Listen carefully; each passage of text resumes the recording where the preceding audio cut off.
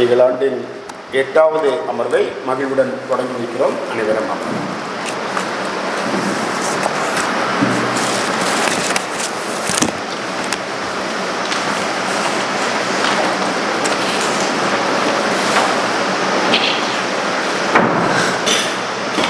அனைவருக்கும் மீண்டும் காலை வணக்கம். இன்று 8வது அமர்வை நிறைவுடன் தொடங்கி வைக்கிறோம். இதில் வருகை புரிந்திருக்க உறுப்பினர்கள் மற்றும் விருந்தினர் அனைவரையும் வருக என வரவேற்கிறோம். இன்று புதிதாக வந்திருக்கும் விருந்தினர் திருமதி பாண்டி சுபா அவர்கள் அக்குபஞ்சர் மற்றும் பத்திரிகை தொழிலும் நடத்தி வருகிறார். எந்த பகுதியில் இருக்கீங்க? எந்த ஏரியாவில் இருக்கீங்க? மதுரவாயில் பகுதியில் கிட்டத்தட்ட ஒரு 15 வருடங்களாக நடத்தி வருகிறார். அவர் நம்முடைய அமர்வுக்கு வந்தமைக்கு அவரை வருகை. இப்போது உறுப்பினர் அறிமுகத்துக்கு முன்னாடி சின்ன ஒரு கதையோடு ஆரம்பிக்கலாம்னு நினைக்கிறேன்.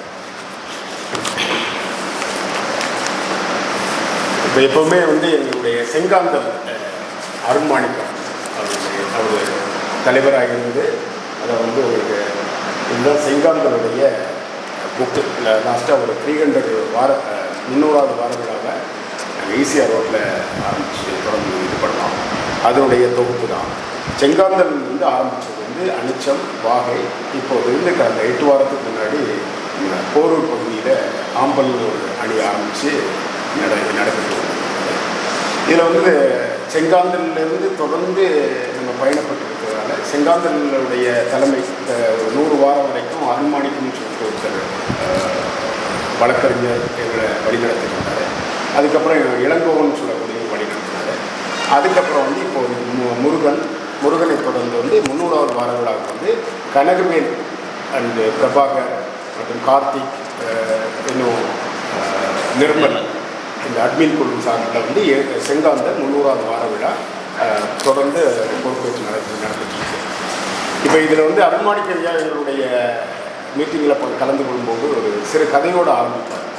இந்த கதை எதுக்குன்னா நமக்கு ஒரு மோட்டிவேஷனை உண்டாக்கும், நமக்குள்ளே ஒரு வைப்பை கிரியேட் பண்ணும். அந்த வகையில் இப்போ ஒரு கதையோடு ஆரம்பிக்கலாம்னு சொல்லிட்டு நினைக்கிறேன். ஸோ இந்த கதையில் முடியும் போது நீங்கள் இதனுடைய என்னன்னு சொல்லக்கூடியது நீங்கள் கேள்வியாக கேட்கும்போது நீங்கள் சொல்லலாம். ஒரு குருகுலம் இருக்குது. இந்த குருகுலத்தில் மாணவர்கள் தொடர்ந்து பயணிட்டு இருக்காங்க. அந்த குருகுலத்தில் அந்த குருகுல தலைவர் என்ன பண்ணுவாங்கன்னா வருஷம் ஒரு 3 பேரை ஒருத்தரை செலக்ட் பண்ணி அவர்களை கௌரவிச்சு அவங்களுக்கு தேவையான மரியாதையை தொடர்ந்து பண்ணிட்டு இருப்பாங்க.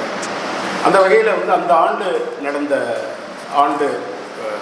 செலிப்ரேஷனில் ஒருத்தரை செலக்ட் பண்ணணும் அப்படின்னு சொல்லிட்டு ஆய்வு பண்ணும்போது அதில் ஒரு 3 பேர் ஈக்குவலாக, அதாவது இவன் படிப்பாக இருக்கட்டும் அல்லது ஒழுக்கமாக இருக்கட்டும், மற்ற இவர் தலைவர் கொடுக்கக்கூடிய எல்லா வேலைகளையும் செய்கிறதா இருக்கட்டும், எல்லாமே 3 பேர் ஈக்குவலாக செய்துட்டு வராங்க.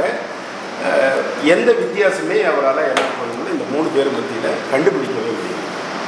ஸோ ஒரு நாள் என்ன பண்ணுறாரு, இவருக்கு பொறுப்பு என்னென்னா எப்படியும் ஒருத்தரை தான் செலக்ட் பண்ணணும். அப்போ யாரை செலக்ட் பண்ணுறது அப்படின்னு சொல்லக்கூடிய ஒரு முடிவு எடுக்கணும் இல்லையா? அப்போ இவர் என்ன பண்ணுறாருன்னா 3 பேரை என்னுடைய அறைக்கு வாங்கன்னு சொல்லி கொடுக்குறாரு. ஸோ அறைக்கு வரும்போது இவர் ஒரு சோகமாக உட்காந்துருக்காரு. கதவு திறந்து உள்ள பார்த்தோன்னா தலைவர் சோகமாக இருக்கார். கையில் ஒரு கிளி கூண்டு இருக்குது. ஆனால் கூண்டுக்குள்ளே என்ன இல்லை, கிளி இல்லை. என்ன ஐயா நீங்கள் ரொம்ப சோகமாக இருக்கீங்க, என்ன பிரச்சனை? இல்லை ஒன்றும் இல்லை, நான் ஒரு ஆத்தங்கரை போகும்போது இந்த கிளி கூண்டோட நான் போயிருந்தேன். கிளி அந்த ஆத்தங்கர ஓரத்தை இந்த இயற்கையை பார்த்தோன்னா கிளி கொஞ்சம் குதூகலமாக துள்ள ஆரம்பிச்சிது. சரி பரவாயில்ல, நம்மகிட்ட தானே இருக்குது கிளி, அதை பறக்க விட்டுட்டோம், பறந்துட்டு போயிட்டு திரும்ப கூண்டுக்கு வந்துடும் அப்படின்னு நினச்சி நான் கிளியை பறக்க விட்டுட்டேன். அது ஆத்தங்கரையை தாண்டி போயிடுச்சு. இது வரைக்கும் கிளி எனக்கு கூண்டுக்கு திரும்பி வரல. நான் அப்போ தான் யோசிக்கிறேன், தப்பு பண்ணிட்டோம்னா திறந்து விட்டுருக்கக்கூடாது அப்படின்னு சொல்லிட்டு ரொம்ப கவலையோடு. ஒன்றும் கவலைப்படாதீங்க, நம்ம கண்டிப்பாக கிளி எப்படியாவது நாங்கள் தேடி கண்டுபிடிச்சி உங்களுக்கு கொண்டு கொடுத்துருவோம் அப்படின்னு சொல்லி. முடியும் அப்படின்னு சொல்லி 3 பேருமே சமமாக சொல்கிறாங்க. முடியும், கண்டிப்பாக சரி அப்படின்னு சொல்லிட்டு ஆத்தங்கரை போகிறவங்க வந்து அழைச்சிட்டு போகிறாங்க. எங்கே மிஸ் பண்ணிட்டீங்கன்னு சொல்லிட்டு அங்கே போயிட்டு வந்து இந்த இடத்துல தான் நம்ம மிஸ் பண்ணேன், இதை கரையை தாண்டி அந்த ஆத்தங்கரை ஓரத்தில் போயிருக்கோம். சரி, உடனே 3 பேர் என்ன பண்ணுறாங்க, ஆர்வத்தில் குதிக்க ஆரம்பிக்கிறாங்க. இல்லை நீங்கள் அவசரப்படாதீங்க, என்ன நீங்கள் குதிச்சு உள்ளே போகும்போது உங்களுக்கு பெரிய பெரிய முதலைகள்லாம் இருக்குது. ஸோ கண்டிப்பாக நீங்கள் வந்து உயிரோட என்ன பண்ண முடியாது, திரும்ப முடியாது. அதனால் நீங்கள் வந்து இந்த பாலத்தை கடக்கிறது வந்து ஒற்றை அடி பாலமாக வந்து ஒரு கயிறு கட்டிருக்கு, அது வழியே தான் நீங்கள் வந்து நடந்து போய் அந்த அக்கறை போய் நீங்கள் கிளியை பிடிச்சிட்டு வரணும். ஆனால் அந்த இதில் வந்து ஒரு ஆள் தான் வந்து அதை நடந்து போக முடியும், வெயிட்லெஸ்ஸாக இருக்கும்.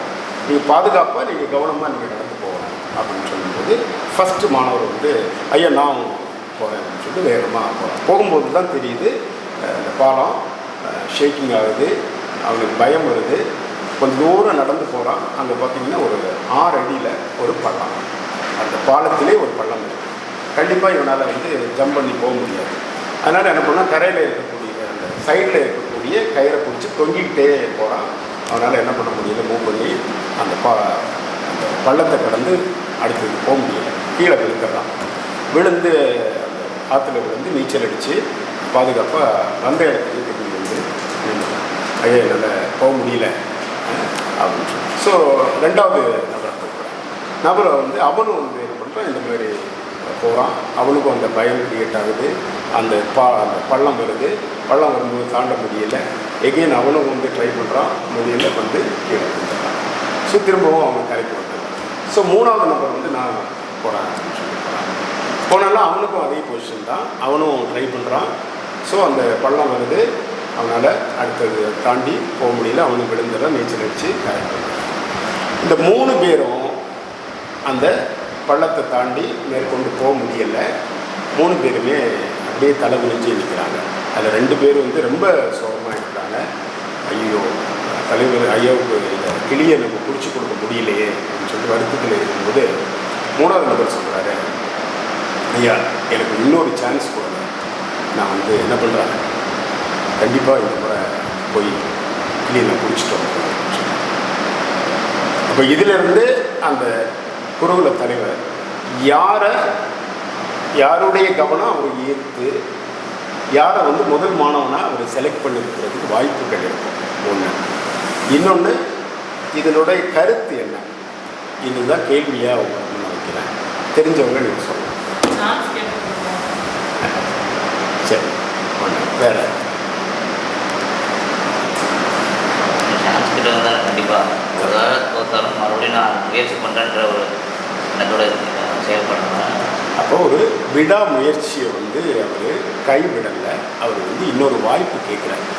முடியலனாலும் என்ன பண்ணுறாருன்னா, இன்னொரு வாய்ப்பு கொடுங்க, நான் கண்டிப்பாக ஜெயிச்சிருவேன் அப்படின்னு சொல்லக்கூடிய ஒரு தன்னம்பிக்கை. ஸோ இதன் மூலமாக இந்த ஆம்பல் அமர்வையை நம்ம எடுத்துக்கொண்டு போகிறது என்னென்னா விடாமுயற்சி தான். அதாவது இது ஒரு தமிழருக்கான ஒரு வரலாற்று பேரமைப்பு. நம்ம ஒவ்வொரு இதிலையும் நம்ம சொல்கிறோம், இந்த தமிழர்களை வந்து அவங்களே தன்னிச்சையாக முன்னேறுறது, பொருளாதாரத்தில் முன்னேறுறது. ஏன்னா நமக்கு வந்து வரலாறுகள் அவ்வளவு, தொல்காப்பியர்லேருந்து இப்போது சிநேகன் வரைக்கும் தமிழ் வல்லுநர்களும் அறிஞர்களும் இலக்கியவாதிகளும் இருக்காங்க. அப்படி மொழிப்பற்றிலிருந்து நம்ம வந்து உணர்வில் குறைவோடு இருக்குது. ஆனால் இதை அடுத்த கட்டத்துக்கு எடுத்து போகிறது. அப்போ தமிழர்களுக்கு பொருளாதார வலிமை வேணும். இந்த நோக்கம் கூட ஆரம்பித்தது தான் இந்த தமிழர் தொழில் வணிக வேளாண் பெருமன்றம். இது இங்கிலீஷில் சொல்லணும்னா சீட்டாசிஸ் அப்படின்னு இந்த அமைப்பின் நேம். ஸோ இதில் வந்து பார்த்திங்கன்னா ஓவராலாக 15 அணிகள் ஆல் ஓவர் தமிழ்நாடு, சென்னை, காஞ்சிபுரம், திருவள்ளூர் போன்ற மாவட்டங்களில் இயங்கிட்டு இருக்கு. இந்த பகுதியில் வந்து ஆம்பல் நேமில் வந்து நம்ம ஆரம்பித்து பயன்பட்டு இருக்கோம். இதுதான் ஒரு ஸ்மால் இன்ட்ரடக்ஷன். இப்போது உறுப்பினர்கள் அறிமுகம். நீங்கள்